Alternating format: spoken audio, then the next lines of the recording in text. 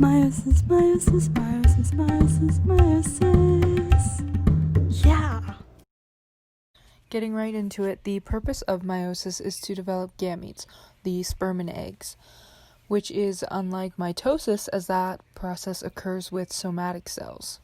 Though both do start off with a parent cell, there are many differences between the two. Meiosis creates 4 haploid daughter cells that are not identical, whereas mitosis produces 2 identical diploid cells. Diploid meaning 46 chromosomes and haploid meaning 23. Also, unlike mitosis, meiosis goes through 8 stages until it is complete, which doesn't even include interphase. This is because meiosis goes through 2 rounds of PMAT, or as we know, past Miyatako Chico, which stands for prophase, metaphase, anaphase, and telophase. Now, the last defining characteristic of meiosis is that a lot of genetic variations occur. Nice! Before meiosis, we have a germ cell that contains 46 chromosomes. 23 chromosomes are from the mother, and 23 are from the father. During the S phase of interphase, DNA replication occurs in which the number of chromatids doubles from 46 to 92, and the chromatids are attached at a centromere. It is important to remember that even though there is twice the amount of DNA, the total number of chromosomes is still 46. The only difference is that after DNA replication, each chromosome has 2 chromatids instead of 1. In addition to DNA replication, other organelles, such as the centrosome, are doubled during interphase as well. One centrosome made of 2 centrioles duplicates into 2 centrosomes that are surrounded by clusters of short microtubules. Similar to mitosis, meiosis begins with a diploid cell. At the beginning of prophase 1, the chromatin fibers condense into compact chromosomes. I've drawn a nuclear membrane here, however, throughout prophase 1, this nuclear membrane dissolves. Unlike mitosis, the process of synapsis occurs, where homologous chromosomes pair up and are held together by proteins. Homologous chromosomes are chromosomes of the same length, centromere position, and gene content. However, they have different combinations of alleles. Because this structure is composed of a homologous pair, it is referred to as a bivalent. It can also be called a tetrad because it consists of 4 chromatids. Okay, before we move on, I'd quickly like to mention that these 2 chromatids within the paternal chromosome are sister chromatids, meaning that they are identical to each other. However, these 2 chromatids are identified as non-sister chromatids because they are not identical, since one chromatid is from a maternal chromosome and the other chromatid is from a paternal chromosome. After synapsis is the process of crossing over.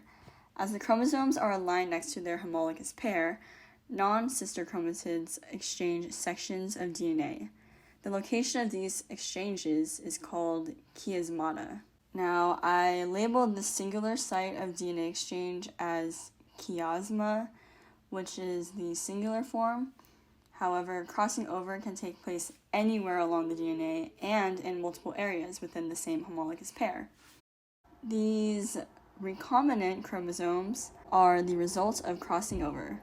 Notice how DNA was exchanged between non-sister chromatids and that crossing over took place at the same position of the 2 chromatids. Crossing over in prophase 1 is a significant event because the mix-up and recombination of the DNA produces new combinations of alleles. This allows offspring to have traits from both parents and promotes genetic variation in a species. Genetic variation does not change in mitosis.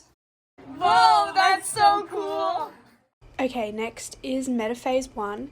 So we know from prophase 1 that chromosomes condense and homologous chromosomes pair up to form tetrads.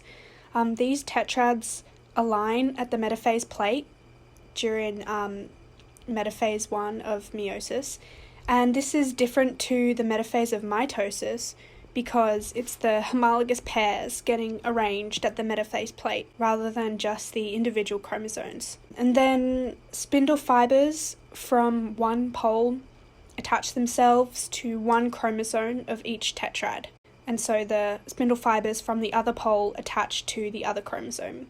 You can't really see clearly in this diagram, but yeah. The orientation of chromosomes on either side of the metaphase plate is random. The way that the chromosome is facing determines which pole it's going to go to, and that's random. The way that it's facing is random.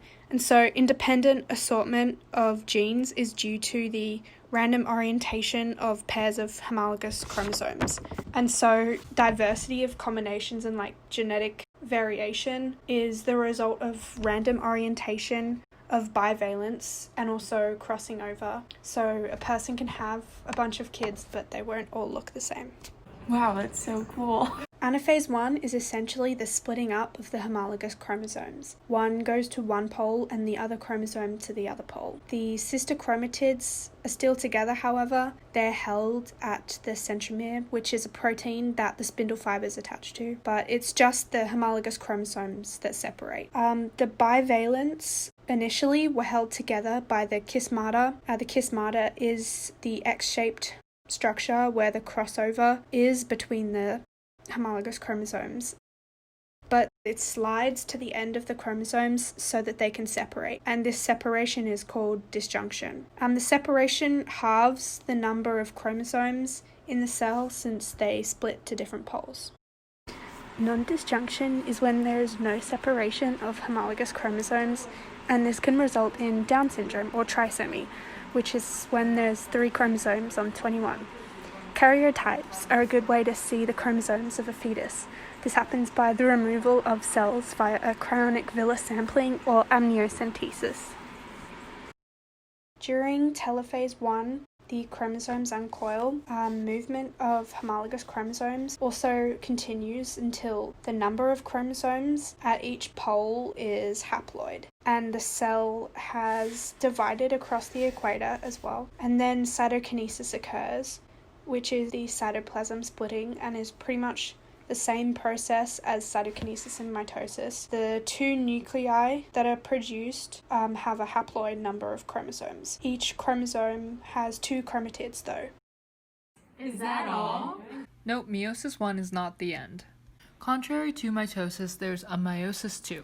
Meiosis II is practically the same as mitosis, but now with 2 haploid cells, each with 46 chromatids. The PMAP process starts again with prophase 2. In prophase 2, spindle fibers begin to form from the centrosomes and begin to move to opposite poles. The chromatin DNA condense into tight chromosomes by supercoiling. The nuclear envelope also dissolves, which I did not draw here. Then, in metaphase 2, in each cell, the spindle fibers will push and pull the recombinant chromosomes until their centromeres are aligned at the metaphase plate, or equidistant from the poles. The microtubules are connected to the chromosomes at the kinetic cores, which is basically at the centromere. Then, in anaphase 2, the 2 chromatids of each chromosome are pulled apart to each pole due to the microtubules shortening. This should be familiar from mitosis. Then we enter telophase 2. In telophase 2, haploid daughter cells begin to form as the chromosomes have already moved to the opposite poles. The nuclei of the cells begin to form, and the chromosomes uncoil back into chromatin. And then all that there's left is cytokinesis, which is where the cells split into 2 by pinching. So what are the results of meiosis? Well, it can either produce sperm or eggs. If it is an egg, though, then only one is viable and the rest are polar bodies due to dividing unevenly. So in the end, the 4 haploid daughter cells are non-identical, as we saw from crossing over and independent assortment, which was Mendel's second law. And for the sake of drawing, I have only drawn 2 chromosomes. However, there are 23 in each, so that when they fuse with another gamete, it makes 46. Though there are 2 other ways that we get genetic variation in a species. The first is with mutations, which are the changes to a DNA sequence, so ultimately a gene.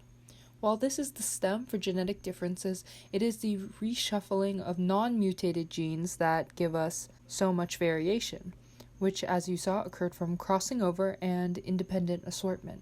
Another factor that gives us such a high number of possibilities for offspring in a species is random fertilization. Random fertilization is simply that any egg and sperm can fuse together. So when you add that to crossing over and independent assortment of the 23 chromosomes, that's quite a lot of factors showing how special we really are.